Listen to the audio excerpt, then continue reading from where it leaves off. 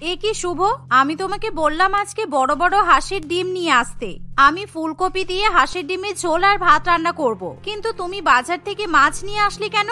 আমার একদম মাছ রান্না করতে ভালো লাগছে না। কিন্তু আর ভালো লাগে না। একটু আগেই আমার পিসি ফোন করেছিল, দুপুরের আগে পিসি আর পিসির মেয়ে আমাদের বাড়িতে আসবে। আর তুমি তো ভালো করেই জানো ওরা গ্রামে থাকে আর ওরা একেবারে মাছ খাওয়ার পোকা। তাই আমি বড় বড় চিংড়ি মাছ, পাবদা মাছ আর কাতলা মাছ নিয়ে এসেছি। ভালো করে মাছের ঝোল আর ভাত রান্না করো।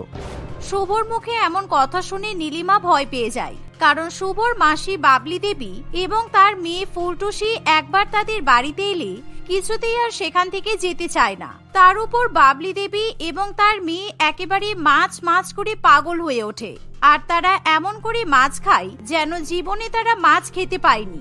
আর সেই জন্য নীলিমা সবসময় তাদের উপর রেগে যায়। কিন্তু এখন যেহেতু নীলিমার কিছু করার থাকে না, তাই সে মাছগুলো নিয়ে রান্নাঘরে চলে যায়। সে বেশি বেশি জল দিয়ে মাছ পরিষ্কার করতে শুরু করে। এইভাবেই দুপুরবেলা সে সকলের জন্য চিংড়ি মাছ, পাবদা মাছ, কাতলা মাছের ঝোল, তার সাথে গরম গরম ভাত রান্না করে। আর কিছুক্ষণের মধ্যেই বাবলি দেবী এবং তার মেয়ে ফুলটুসি তাদের বাড়িতে এসে উপস্থিত হয়। আর বলিস না, ট্রেনে করে আসতে গিয়ে একদম হাঁপিয়ে গেছি। তোদের বাড়িটাও তো অনেক দূরে। মেয়েটাকে কতবার বলেছিলাম যে গ্রামের কোনো কলেজে ভর্তি হয়ে যা, কিন্তু আমার মেয়ে তো কোনো কথাই শুনবে না। এখন নাও, ঠেলা সামলাও। মেয়ে পরীক্ষা দেবে, তাই আমাকে ওর সঙ্গে ঘুরে বেড়াতে হচ্ছে। আর শীতকালে তোদের বাড়িতে এসে থাকবো, তোদের তো কষ্ট বল। না না পিসি, তোমার যতদিন ইচ্ছে তুমি ততদিন থাকতে পারো। তুমি বাবার বোন বলে কথা। আর তাছাড়া তুমি আর ফুলটুসি আমাদের বাড়িতে এসেছো বলে আমরা খুব খুশি হয়েছি। এই কথা শুনে বাবলি দেবী এবং তার মেয়ে খুবই খুশি হয়।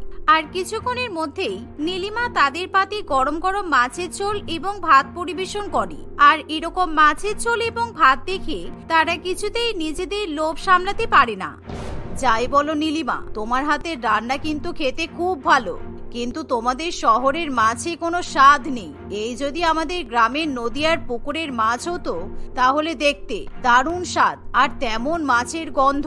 তোমাদের শহরের মাছগুলোর গায়ে মনে হয় কোনো ওষুধ লাগানো থাকে। বিড়ালের মতো একে একে মা আর মেয়ে মিলে সব মাছ খেয়ে নিল, আর বলছে নাকি মাছে কোনো স্বাদ নেই।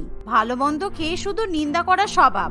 এভাবেই বাবলি দেবী এবং তার মেয়ের মাছ ভাত খাওয়া হয়ে গেলে তারা হাত মুখ ধুয়ে ঘরে গিয়ে আরাম করতে শুরু করে। আর সন্ধ্যাবেলা যেহেতু শীতের পরিমাণ বেড়ে যায়, তাই নীলিমা ঠিক করে যে সবাইকে রেস্টুরেন্টে খাবার নিয়ে এসে খাওয়াবে। কিন্তু বাবলি দেবী এবং ফুলটুসি কিছুতেই রেস্টুরেন্টের খাবার খেতে চায় না। কি ব্যাপার বৌমা, তুমি বসে বসে সিরিয়াল দেখছো কেন? আমাদের জন্য রান্না বান্না করবে না? কত রাত হয়ে গেছে দেখেছো? খেয়ে দিয়ে তো আবার ঘুমাতে হবে, কালকে আবার আমার মেয়ের পরীক্ষা। রাত হয়ে গেছে মানে? সবে তো সন্ধ্যা 7টা বাজে, আর এখন আমি রান্না করব কেন? আমি তো ঠিক করেছি রাত্রিবেলা রেস্টুরেন্ট থেকে রুটি আর তরকা নিয়ে এসে সবাই মিলে খেয়ে নেব, কারণ শীতের মধ্যে আমার রান্না করতে ইচ্ছে করছে না। না না, ভুলেও রেস্টুরেন্টে খাবার খেও না। আমি খবরের কাগজে পড়েছি শহরের অনেক রেস্টুরেন্টে ভাগাড়ের খাবার দেওয়া হয়, তাই আমরা তো একদম রেস্টুরেন্টের খাবার খাবো না। তুমি বরঞ্চ আমাকে আর মেয়েকে গরম গরম মাছের ঝোল আর ভাত করে খাওয়াও। বাবলি দেবীর এমন কথা শুনে নীলিমা প্রচন্ড পরিমাণে অবাক হয়। এখন তো চা খাওয়ার সময়, আর আমি চা বানিয়ে আপনাদের জন্য মাছের ঝোল আর ভাত রান্না করব? প্রথমে আমি গরম গরম চা করি, তারপর দেখা যাবে রাত্রে কি খাবো। আর এখন আমাকে দয়া করে একটু সিরিয়াল দেখতে দিন।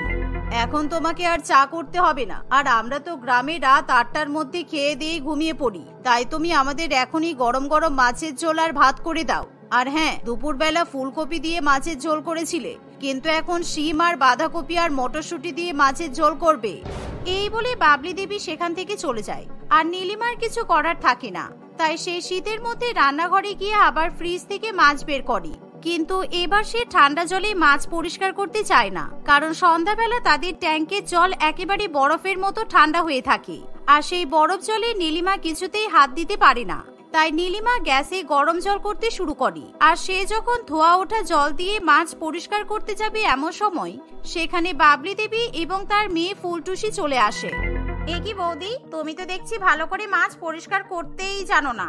এরকম করে কেউ কখনো গরম জল দিয়ে মাছ পরিষ্কার করে? ও মা, তুমি বলছিলে না যে শহরে মাছের স্বাদ নেই, এই জন্যই দুপুরবেলা আমাদের মাছ খেতে ভালো লাগছিল না। দেখো বৌদি কি কাণ্ড করছে। আমার মনে হয় দুপুরবেলাতেও বৌদি এরকম গরম জলে মাছ পরিষ্কার করেছে, সেই জন্যই তো আমরা মাছে কোনো স্বাদ খুঁজে পাইনি। হ্যাঁ, ঠিকই বলেছিস বৌমা। তুমি ভুলেও কিন্তু গরম জলে মাছ পরিষ্কার করো না, সব মাছ তো নরম হয়ে গলে যাবে, আর এরকম গলে যাওয়া মাছ খেতে ভালো লাগে। তুমি ঠান্ডা জল দিয়ে মাছ পরিষ্কার করো। অতিথিদের খাওয়ার ক্ষেত্রে এত ফিরিস্তি শুনে নীলিমা প্রচন্ড পরিমাণে অবাক হয়, তাই তাকে বাধ্য হয়ে গরম জল ফেলে দিয়ে আবার ঠান্ডা জলে মাছ ধুয়ে পরিষ্কার করতে হয়। এভাবে সে রাত্রিবেলা ঠান্ডার মধ্যে কাঁপতে কাঁপতে আবার অতিথিদের জন্য বেশি বেশি করে মাছ এবং ভাত রান্না করে। আর সে এবার রাত্রিবেলা একটু বেশি করেই মাছ ভাত রান্না করে রাখে, কারণ সে খুব ভালো করেই জানে পরের দিন সকালবেলা আবার তাদের বাড়ির অতিথি মাছ খেতে চাইবে। আর দেখতে দেখতে রাত 8টা বেজে গেলে নীলিমা তার বাড়ির অতিথিদের খাবার খেতে দেয়। এমন সময় সবার খাওয়া দাওয়া হয়ে গেলে নীলিমা যখন মাছ ভাত ফ্রিজে তুলে রাখবে, এমন সময় বৌমা, কালকে শুভকে বলবে সকালবেলা বাজার থেকে একটু চুনোপুটি মাছ নিয়ে আসতে আর মৌরলা মাছ নিয়ে আসতে। এই শীতকালে চুনোপুটি আর মৌরলা মাছ ভাজা খেতে খুব ভালো লাগে। আর এই যে বাসি মাছ ভাত তুমি ফ্রিজে তুলে রাখছো কেন? কালকে বিড়ালকে খাইয়ে দেবে, কারণ বাসি খাবার খেলে আমাদের কিন্তু শরীর খারাপ করে। তার উপর আমার মেয়ের আবার পরীক্ষা। এত বড় বড় কথা শুনে নীলিমার প্রচন্ড পরিমাণে রাগ হয়। এভাবেই দেখতে দেখতে কিছুদিন কাটে, আর এভাবেই প্রত্যেক দিন মেয়ের পরীক্ষার অজুহাত দিয়ে বাবলি দেবী এবং তার মেয়ে বেশি বেশি করে মাছ ভাত খেতে থাকে। আর একদিন বাবলি দেবী এবং তার মেয়ে ফুলটুসি বায়না ধরে তারা শহরের ইলিশ মাছ খাবে। আর এই শীতকালে বাজারে ইলিশ মাছ পাওয়া গেলেও তার অনেক দাম হয়, কিন্তু অতিথিদের আবদার রাখার জন্য শুভ বাজার থেকে 2000 টাকা খরচ করে ইলিশ মাছ কিনে নিয়ে আসে। একই, তুমি ভালো করে ইলিশ মাছের গায়ে রাস ছাড়াওনি কেন? মাছের গায়ে একেবারে ভর্তি ভর্তি নোংরা আঁশ লেগে আছে। আমি জানি আমরা অনেকদিন ধরে তোমার বাড়িতে আছি, তাই বলে তোমরা আমাদেরকে এরকম আঁশযুক্ত ইলিশ মাছ খাওয়াবে? আমার কিন্তু কালকে ভূগোল ফাইনাল পরীক্ষা। আমি যদি এরকম আজকে আঁশযুক্ত ইলিশ মাছ খাই তাহলে আমার পেট খারাপ করবে। মা, আমি এই জন্যই বলেছিলাম এখানে এসে পরীক্ষা দেওয়ার কোনো দরকার নেই, কারণ যতই হোক আমরা কিন্তু এই বাড়ির অতিথি। এভাবেই ফুলটুসি এবং তার মা নাটক করতে থাকে। এমন সময় শুভ এবং নীলিমার খুবই খারাপ লাগে, তাই শুভ তার বউকে বকা দেয়, আর নীলিমা চুপ করে সমস্ত কিছু শুনে নেয়। আর সেদিন রাত্রিবেলা নীলিমাকে আবার ভালো করে ইলিশ মাছের আঁশ ছাড়িয়ে ইলিশ মাছ ভাপা এবং ভাত রান্না করতে হয়। কিরে ফুলটুসি, দেখেছিস তো আমার মাথায় কেমন বুদ্ধি? দুপুরবেলা ইলিশ মাছ খাওয়ার পর রাত্রিবেলা আবার ইলিশ মাছের ভাপা আর ভাত খাবো। কেমন মাছে আজ থাকার নাটক করলাম, তা না হলে ওই নীলিমা কিছুতেই তো রাত্রিবেলা মাছ ভাত রান্না করতো না। সত্যি তোমার মাথায় অনেক বুদ্ধি। আমরা তো চাইলে শহরে এসে হোটেলেও থাকতে পারতাম, কিন্তু তোমার বুদ্ধিতেই আমরা শুভদা আর নীলিমা বৌদির বাড়িতে এসে উঠেছি, কারণ এখানে থাকলে তো ফ্রি ফান্ডে প্রত্যেকদিন মাছ খেতে পারবো, কিন্তু হোটেলে থাকলে টাকা দিয়ে মাছ কিনে খাওয়া সম্ভব নয়। এভাবে তারা মা মেয়ে দুজনে নিজেদের মধ্যে গল্পগুজব করতে থাকে। আর অন্যদিকে প্রত্যেকদিন 3 বেলা করে ঠান্ডা জলে মাছ ধুয়ে ধুয়ে নীলিমা পাগল হয়ে যায়। এমনকি শীতের মধ্যে তার ঠান্ডা জ্বর সর্দি কাশি হয়। শুভ, তুমি তোমার আত্মীয়দের মাছ খাওয়াতে ব্যস্ত আছো, কিন্তু আমার যে শরীর খারাপ তার দিকে তোমার কোনো নজর নেই। আজকে আমাকে নিয়ে ডাক্তার দেখাতে যাওয়ার কথা ছিল তোমার, কিন্তু তুমি তো সেটাও ভুলে গেছো। কিছুই ভুলিনি। তুমি যদি দুপুরবেলা শীতের ভয়ে ওইরকম বাজেভাবে ইলিশ মাছ রান্না না করতে, তাহলে সন্ধ্যাবেলা তোমাকে ঠিকই ডাক্তারখানায় নিয়ে যেতাম। আর তুমি বাজেভাবে রান্না করেছো বলে রাত্রেবেলা তোমাকে আবারও রান্না করতে হয়েছে, তাই ডাক্তারখানায় গেলে তুমি কখন রান্না করতে বলো? শুভ এমন কথা বললে নীলিমার কিছু বলার থাকে না। এভাবেই দেখতে দেখতে আরো কিছুদিন কাটে। আর প্রত্যেকদিন ঘুম থেকে ওঠার পর বাবলি দেবী এবং তার মেয়ে নানান রকমের মাছ খাওয়ার আবদার করে। আর এরকম মাছ ভাত খেয়ে প্রত্যেকদিন ফুলটুসি পরীক্ষা দিতে চলে যায়। এমনকি পরীক্ষা দিয়ে আসার পর সে আবার মাছ ভাত খায়। শীতকালে এরকম 3 বেলা মাছ ভাত রান্না করা নীলিমার ক্ষেত্রে এবার চাপের ব্যাপার হয়ে ওঠে। আর একদিন, নীলিমা, এই দেখো আজকে আমাদের শহরের বাজারে শীতকালের স্পেশাল ফ্যাকুসো মাছ উঠেছে। তুমি আজকে ভালো করে মাছের ঝোল আর ভাত রান্না করো, সবাই মিলে একসাথে খাবো। নীলিমা এরকম ফ্যাকুসো মাছের কথা শুনে ভীষণ পরিমাণে অবাক হয়, কারণ সে আগে কখনো এরকম মাছের কথা শোনেনি। আর অন্যদিকে শীতকালে শহরের বাজারে স্পেশাল মাছের কথা শুনি বাবলি দেবী এবং ফুলটুসি ভীষণ পরিমাণে লোভে পড়ে। আর তারা ফ্যাকুসো মাছের ঝোল এবং ভাত খাওয়ার জন্য পাগল হয়ে ওঠে। আর সেদিন পরীক্ষা দিতে যাওয়ার আগে ফুলটুসি বলে, বৌদি তাড়াতাড়ি ফ্যাকুসো মাছের ঝোল আর ভাত রান্না করো, আমি মাছ ভাত খেয়ে পরীক্ষা দিতে যাব। কারণ এমনিতেই আজকে আমার পরীক্ষা শেষ, তারপর তোমাদের বাড়ি থেকে যদি চলে যাই আর তো কোনোদিনও এই ফ্যাকুসো মাছ খেতে পারবো না, বলো? এই শুনে নীলিমা রান্নাঘরে গিয়ে সেই মাছ পরিষ্কার করে, কিন্তু সে অবাক হয়ে সেই মাছের দিকে তাকিয়ে থাকে, কারণ এরকম মাছ সে আগেও দেখেছে, কিন্তু সেই মাছের নাম যে ফ্যাকুশো এটা তার জানা ছিল না। সুতরাং তখনও নীলিমা অবাক হয়ে সেই মাছের দিকে তাকিয়ে থাকে, আর সে মনে মনে সংশয় নিয়ে মাছের ঝোল এবং ভাত রান্না করে ফেলে। এভাবেই তার যখন রান্না বান্না হয়ে যায়, বাবলি দেবী এবং ফুলটুসি দুজনেই খাবার খেতে চলে আসে। আর ফুলটুসির যেহেতু আজকে শেষ পরীক্ষা, তাই সে তাড়াহুড়ো করে মাছ খেতে শুরু করে দেয়। সাবধানে খা, এখন তো তোর পরীক্ষা, এত তাড়াহুড়ো করে খাস না। তোর যখন এই মাছটা খাওয়ার ইচ্ছা ছিল তাহলে পরীক্ষা দিয়ে এসে খেতে পারতিস। না দাদা, তুই শীতকালে স্পেশাল মাছ নিয়ে এসেছিস, আর বৌদি গরম গরম মাছের ঝোল ভাত রান্না করেছে, এটা যদি আমি এখন না খাই তাহলে আমার পরীক্ষা ভালো হবে না। আমি মাছ ভাত খেয়েই পরীক্ষা দিতে যাব। এই বলে ফুলটুসি এবং তার মা বেশি বেশি করে সেই মাছ ভাত খেতে শুরু করে, কিন্তু তারা গ্রামের মানুষ হলেও সেই মাছ দেখে তারা চিনতে পারে না। আর বাঙালিরা সবাই জানি যে ফ্যাসা মাছে প্রচুর পরিমাণে কাঁটা থাকে, আর এই জাতীয় মাছ শুধু শীতকালেই বাজারে পাওয়া যায়, কিন্তু সেই মাছ খুব একটা কেউ কিনতে চায় না, কারণ সেই মাছের কাঁটা যদি গলায় লাগে তাহলে বড় বিপদ। কিন্তু বাবলি দেবী এবং ফুলটুসি বেশি বেশি করে সেই মাছ খেয়ে ফেলে, আর কিছুক্ষণের মধ্যেই তাদের গলায় কাঁটা বেঁধে যায়। ওরে বাবারে, এই মাছে কি কাঁটা! ওরে বাবা শুভ, তুই বাজার থেকে কি মাছ কিনে নিয়ে এসেছিস? হয়ে গেল আমার পরীক্ষা, গলায় এমন কাঁটা বাঁধলো আমি আর পরীক্ষা দিতে পারবো না। ওরে বাবারে বাবা, আমাদের সকাল সকাল মাছ খাওয়াটাই ভুল হয়েছে। তোমরা তো একটু দেখে মাছ খাবে নাকি? তোমরা যদি গ্রামের লোক হয়ে এরকম ভাবে মাছ খেতে গিয়ে গলায় কাঁটা বিঁধিয়ে বসো, তাহলে আমরা শহরের লোকেরা কি করবো বলো তো? আর সবাই তো জানে যে শীতকালে ফ্যাসা মাছে খুব কাঁটা থাকে, তবুও তোমরা মাছ বেছে খাবে না। কি তুই আমাদেরকে ফ্যাসা মাছ খাওয়ালি? কিন্তু তুই যে বললি এটা ফ্যাকুশো মাছ। আমাদের শহরে শীতকালে ফ্যাসা মাছকে ইংরেজিতে ফ্যাকুশো মাছ বলে, আর আমি তো একটু ইংলিশে কথা বলতে ভালোবাসি, তাই ইংরেজিতেই মাছের নাম বলেছিলাম। নাও তোমরা গরম গরম ভাত দলা দলা করে খাও, আর একটু লেবু খাও, দেখবে গলা থেকে কাঁটা নেমে যাবে। শুভর কথা শুনে তারা বেশি বেশি করে গরম ভাত এবং লেবুর রস খেতে শুরু করে, আর কিছুক্ষণের মধ্যেই তাদের গলার কাঁটা ছেড়ে যায়। আর এমন অবস্থায় তারা ভালো করেই বুঝতে পারে যে তারা শুভ এবং নীলিমাকে অনেক বেশি পরিমাণে বিরক্ত করে ফেলেছে, তাই তারা আর এক মুহূর্ত সেখানে থাকতে চায় না। ফুলটুসির পরীক্ষা হয়ে গেলেই বাবলি দেবী তার মেয়েকে নিয়ে সেখান থেকে চলে যায়, আর নীলিমা এবার ভালো করেই বুঝতে পারে যে শুভ তাকে এই শীতকালে অতিথিদের হাত থেকে বাঁচানোর জন্যই এরকম ফ্যাসা মাছের পরিকল্পনা করেছিল। তাই নীলিমা শুভকে ধন্যবাদ জানায়। সোনালী তার বাবার সঙ্গে বৈদ্যবাটি নামক এক গ্রামে থাকত। মনোহরবাবু দিনমজুরির কাজ করে তাদের সংসার চালাতো। তার একমাত্র মেয়ে বিবাহ উপযোগী হয়ে যাওয়া সত্ত্বেও টাকা পয়সার অভাবে মনোহরবাবু তার মেয়ের বিয়ে দিতে পারছিল না, আর সেই কারণেই সে সবসময় তার মেয়েকে নিয়ে দুশ্চিন্তা করত। তুমি সবসময় আমাকে নিয়ে এত চিন্তা করো না বাবা, আমার বিয়ে হচ্ছে না কারণ উপরওয়ালা হয়তো চায় না যে আমার বিয়ে হোক। আমি বিয়ে করে চলে গেলে তোমার খেয়াল কে রাখবে বলো? আমি ছাড়া তোমার আর কে আছে? কিন্তু আমি যখন থাকবো না, তোর তখন কে খেয়াল রাখবে সেটা একবার চিন্তা করেছিস? কার ভরসায় তোকে আমি ছেড়ে যাব? সেই কারণে আমি বেঁচে থাকতে থাকতে একটা ভালো ঘরে তোর বিয়ে দিতে চাই, তাহলে আমি নিশ্চিন্তে মরতে পারবো। কিন্তু জানি না উপরওয়ালা কবে আমার সেই ইচ্ছাটা পূরণ করবে। এভাবেই সোনালী তার বাবার সঙ্গে জীবন কাটাচ্ছিল। একদিন সোনালীদের গ্রামে দেবজিৎ নামে এক সরকারি অফিসার আসে। দেবজিৎ কাজের সূত্রে সেখানে এসেছিল। ওই গ্রামে এসে সোনালীকে প্রথমবারের মতো দেখেই দেবজিৎ মনে মনে তাকে পছন্দ করে ফেলে, কারণ সোনালী দেখতে অপরূপা সুন্দরী ছিল। দেবজিৎ চাইলেও তার দিক থেকে নিজের চোখ ফেরাতে পারছিল না। সবাই তো ঠিকই বলে, আসল সৌন্দর্য তো গ্রামেই দেখা যায়, আর আমি আমার জীবনের সবচেয়ে সুন্দর জিনিসটা এই গ্রামে এসে পেয়ে গেছি। দেবজিৎ সেদিনই সোনালীর বাবার কাছে গিয়ে সোনালীর হাত চেয়ে বসে। এই দেখে সোনালী এবং তার বাবা দুজনেই প্রচন্ড অবাক হয়। সোনালীর জন্য যে কখনো এরকম সরকারি চাকরিওয়ালা ছেলে সম্বন্ধ আসবে এটা তারা কখনো কল্পনা করেনি।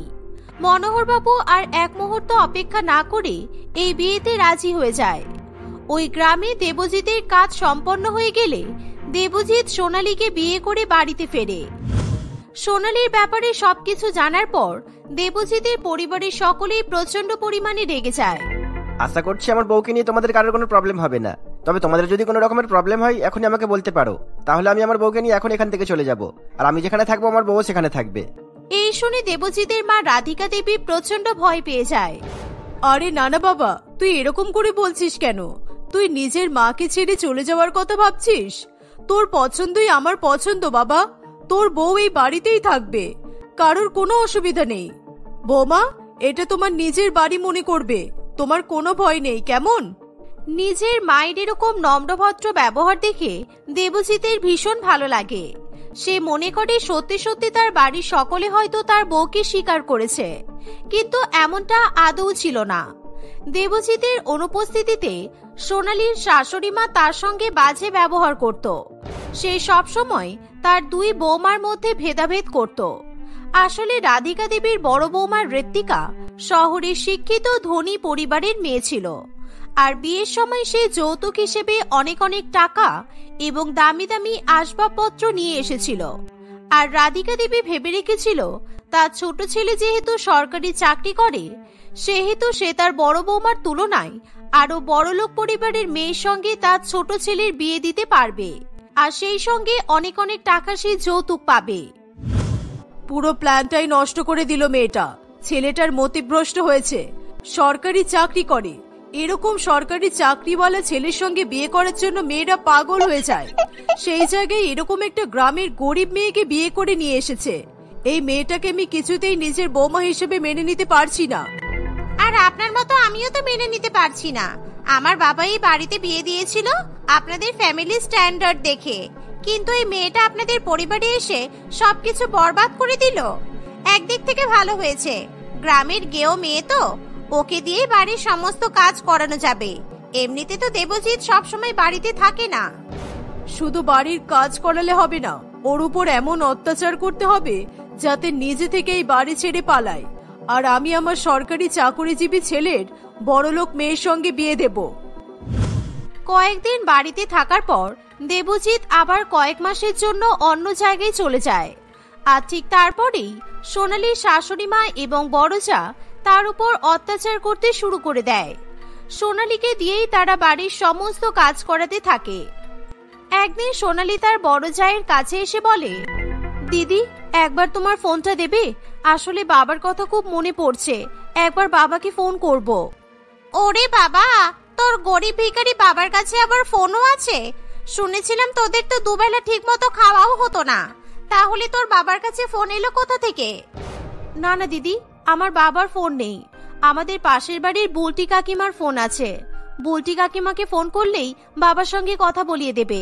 দেবজিৎ বাড়িতে থাকলে আমি দেবজিতের ফোন থেকেই ফোন করে নিতাম, কিন্তু দেবজিতের তো বাড়িতে আসতে এখন অনেক সময় লাগবে। শুনেছি বাবার শরীরটা খারাপ, তাই একটু খোঁজ নেব আর কি। কিন্তু এখন তো আমি তোকে ফোনটা দিতে পারবো না, কারণ এখন আমি আমার ফোনে আমার পছন্দের সিরিয়াল দেখছি। আর তোকে বলছি শোন, বেকার ওই গরিব ভিখারি বাবার কথা মনে করে কি করবি? আমার দেওরকে ফাঁসিয়ে বড়লোক বাড়িতে বিয়ে তো করেছিস, তোর ভবিষ্যৎ নিয়ে আর তো কোনো চিন্তা নেই। তাহলে শুধু শুধু ওই গরিব বাবার কথা মনে করে কি লাভ বলতো? এ তুমি কি বলছো দিদি? আমার বড়লোক বাড়িতে বিয়ে হয়েছে বলে আমি আমার বাবাকে ভুলে যাব? ছোটবেলাতেই মাকে হারিয়েছি, বাবার কাছ থেকে আমি মায়ের ভালোবাসা পেয়েছি। আমার বাবা আমাকে নিজে কোলে পিঠে করে মানুষ করেছে, আর আমি এখন সেই বাবাকে কিভাবে ভুলে যাব? তখনই সেখানে সোনালীর শাশুড়ি মা চলে আসে। হ্যাঁ, ভুলে তো যেতেই হবে, তোমাকে ভুলতে হবে। এই বাড়িতে থাকতে হলে আমাদের কথা শুনে চলতে হবে। বিয়েতে তোর বাবা তো কোনো যৌতুক দিতে পারেনি, তোকে তো খালি হাতে পাঠিয়ে দিয়েছে। এরকম একটা গরিব লোকের সঙ্গে কোনো সম্পর্ক রাখতে চাই না আমরা, আর তুইও তোর বাবার সাথে কোনো যোগাযোগ রাখবি না বলে দিলাম। আপনি এরকম করে বলছেন মা? আমি তো শুধু একটাবার ফোন করে বাবার খোঁজ খবর নিতে চাইছি। যতই হোক বাবার জন্য তো টেনশন হবেই, বলুন। দিনরাত যখন বাবার কথা এতই চিন্তা করবি, তাহলে এক কাজ কর না, ব্যাগপত্র গুছিয়ে তোর বাবার কাছে চলে যা। তোর অসুস্থ বাবার দিনরাত সেবা যত্ন কর, কিন্তু আর কখনোই এই বাড়িতে ফিরে আসার কথা ভাববি না। এই কথা শুনে সোনালীর আর কিছু বলার থাকে না। সে মন খারাপ করে বাড়ির কাজে লেগে পড়ে। বাড়ির কাজ করতে করতে সে শুধুই তার বাবার কথা মনে করতে থাকে। অন্যদিকে অসুস্থ অবস্থায় মনোহর বাবুর দেখাশোনা করার মতো তার কাছে কেউ থাকে না। এভাবেই কিছুদিনের মধ্যে সে পুরোপুরি শয্যাশায়ী হয়ে পড়ে। তার আশেপাশের পাড়া প্রতিবেশী মাঝে মধ্যে তার খবর নিতে আসে। তোমরা আমার মেয়েকে একবার ফোন করো না, আমি জানি আমার মেয়ে আমার অসুস্থতার কথা শুনলে এখনই গ্রামে চলে আসবে। আমার মেয়ে নিশ্চয়ই কোনো খবর পায়নি। খবর পায়নি বলো না দাদা, তোমার মেয়ে ইচ্ছে করে তোমার কোনো খবর রাখেনি। আমি প্রত্যেক দিনই তোমার মেয়ের শ্বশুর বাড়িতে ফোন করি, কিন্তু কেউই তো ফোন ধরে না। আমার তো মনে হচ্ছে ইচ্ছা করেই তোমার মেয়ে এরকম করছে। এতদিন বিয়ে হলো, কই একবারও তো বাবাকে ফোন করে বাবা কেমন আছো জানার চেষ্টা করেনি। আপনি এত কষ্ট করে আপনার মেয়েকে বড় করলেন, শহরের ধনী পরিবারে বিয়ে দিলেন, আর সেই মেয়ে আজকে আপনাকে ভুলে গেছে? এরকমই হয়, মানুষ টাকা পেলে সবকিছুই ভুলে যায়, এমনকি নিজের বাবা মাকেও। প্রতিবেশীদের মুখে এমন কথা শুনে মনোহর বাবু আরো বেশি ভেঙে পড়ে। বেঁচে থাকার ইচ্ছাটাই তার যেন পুরোপুরি শেষ হয়ে যায়। এর ফলে কিছুদিনের মধ্যেই মনোহর বাবু অনেক বেশি অসুস্থ হয়ে একদিন হঠাৎ করেই মারা যায়। মনোহর বাবু মারা যাওয়ার পরও তার পাড়া প্রতিবেশী অনেকবার করে সোনালীর সঙ্গে যোগাযোগ করার চেষ্টা করে, কিন্তু সোনালীকে তারা কোনো রকমের খবর দিতে পারে না।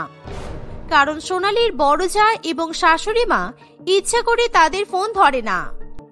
আপনার ছোট বৌমা জানি না কতজনকে নাম্বার দিয়ে এসেছে, প্রত্যেকদিন কেউ না কেউ গ্রাম থেকে ফোন করছে।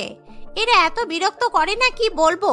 এক কাজ করি, নম্বরগুলো ব্লক করে দিই, তাহলে আর বিরক্ত করতে পারবে না। গ্রামের অশিক্ষিত মানুষজন হলে যা হয় আর কি। তুমি আর অপেক্ষা করছো কেন? তাড়াতাড়ি নম্বরগুলো ব্লক করে দাও। বৌমা একবার যদি ওর বাবার সঙ্গে যোগাযোগ করতে পারে, তাহলে আবার বাপের বাড়িতে যেতে চাইবে, আর ও বাপের বাড়িতে চলে গেলে বাড়ির কাজগুলো করবে কে? অন্যদিকে সোনালীর সঙ্গে কোনো যোগাযোগ করতে না পারায় গ্রামের লোকেরা মিলে মনোহর বাবু শেষকৃত্য সম্পন্ন করে। এরকম ভাবেই দেখতে দেখতে 1 মাস কেটে যায়। একদিন আবার সোনালী তার বাবার সঙ্গে যোগাযোগ করার জন্য তার শাশুড়ি মায়ের কাছে ফোন চায়।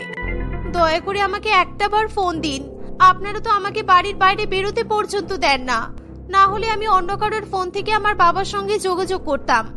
এতদিন হয়ে গেল, বাবার কোনো খোঁজ খবর নিতে পারলাম না আমি। এই মেয়ে, তুমি নিজেকে খুব চালাক মনে করো তাই না? আমি খুব ভালো করে জানি তুমি তোমার বাবাকে ফোন করার নাম করে আমার কাছ থেকে ফোনটা নেবে, আর তুমি দেবজিৎকে ফোন করবে। আমরা যে তোমার উপর অত্যাচার করি সেটা তুমি দেবজিৎকে জানাতে চাইছো, তাই তো? না মা, আপনি ভুল ভাবছেন।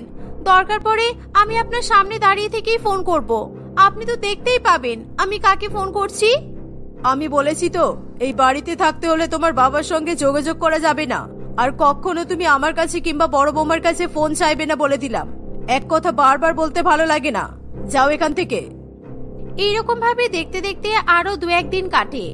সবসময় নিজের বাবাকে নিয়ে চিন্তা করতে করতে সোনালী একদিন প্রচন্ড অসুস্থ হয়ে পড়ে, আর সে সকালবেলা ঘুম থেকে উঠতে পারে না।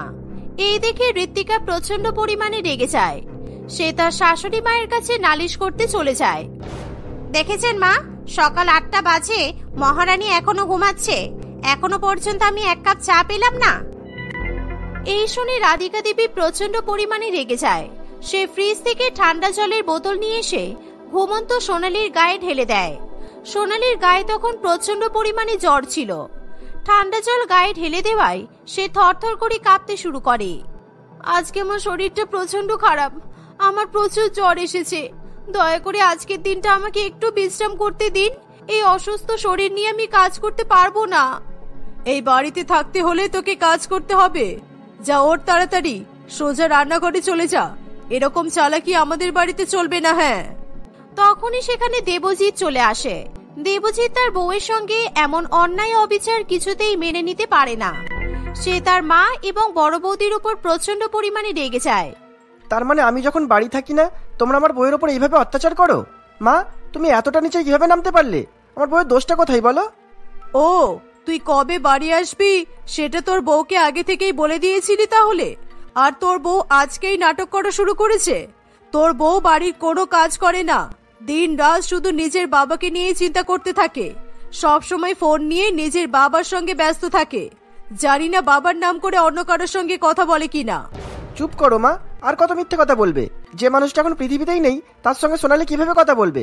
সোনালীর বাবা 1 মাস আগে মারা গেছে, আর তোমরা ইচ্ছা করেই গ্রামের কারোর ফোন ধরোনি। সোনালীর বাবা যেদিন মারা যায় সেদিন গ্রামের লোকেরা তোমাদের সঙ্গে যোগাযোগ করার চেষ্টা করেছে, কিন্তু তোমরা বারে বারে ফোনটা কেটে দিয়েছো। সোনালীর বাবার মৃত্যুর খবরটা পর্যন্ত তোমরা জানতে দিলে না। এই শুনে সোনালী আকাশ থেকে পড়ে। 1 মাস আগে নিজের বাবার মৃত্যুর কথা শুনে সোনালী কান্নায় ভেঙে পড়ে। আপনাদের এবার শান্তি হয়েছে তো? আমি আপনাদের কাছে কতবার করে ফোন চেয়েছিলাম, একটাবার আমার বাবার সঙ্গে কথা বলতে দেওয়ার জন্য। আমার বাবা আমাকে ছেড়ে চলে গেল, আর আমি জানতেও পারলাম না। তোমরা আমার বউয়ের সঙ্গে অন্যায় করেছো। আজকে যদি আমি সোনালির বাবার খবর নেওয়ার জন্য ওদের গ্রামে না যেতাম তাহলে আমিও তো কিছুই জানতে পারতাম না। তারপর বাড়ি ফিরে এসে আমি নিজের চোখেই সমস্ত কিছু দেখলাম। কেন করেছো মা তোমরা এরকম? সোনালি গরিব ঘরের গ্রামের মেয়ে বলে। আমাকে ক্ষমা করে দে বাবা। আসলে আমি ভেবেছিলাম বৌমা নিজের বাবাকে ফোন করার নাম করে আমাদের কাছ থেকে ফোন নিয়ে তোকে ফোন করবে, আর আমরা যে বৌমার উপর অত্যাচার করি সেটা তোকে জানিয়ে দেবে। সেই কারণেই আমরা ওকে ফোন দিতাম না। আর ক্ষমা চেয়ে কোনো লাভ নেই। তুমি কি সোনালির বাবাকে ফিরিয়ে এনে দিতে পারবে? অসুস্থ অবস্থায় সোনালি যদি নিজের বাবার সেবা যত্ন করতে পারতো তাহলে হয়তো এর বাবা এতদিন বেঁচে থাকতো। নিজের বাবাকে শেষবারের মতো একবার দেখার সুযোগ পর্যন্ত ওকে দিলে না তোমরা। অনেক হয়েছে, আমি আমার বউকে নিয়ে এখনই চলে যাচ্ছি। আমরা আর এখানে থাকবো না, চলো সোনালি। এই বলে দেবজিৎ সোনালীকে নিয়ে সরকারি কোয়ার্টারে থাকতে শুরু করে। আর এদিকে ঋত্বিকা তার শাশুড়ি মাকে একা পেয়ে এখন সে তার শাশুড়ি মায়ের উপর অত্যাচার করতে শুরু করে। রাধিকা দেবীকেই এখন বাড়ির সমস্ত কাজ একা একা করতে হয়। এখন রাধিকা দেবী সবসময় মনে মনে শুধুই আফসোস করতে থাকে, কারণ এছাড়া তার কাছে আর কোনোই উপায় ছিল না।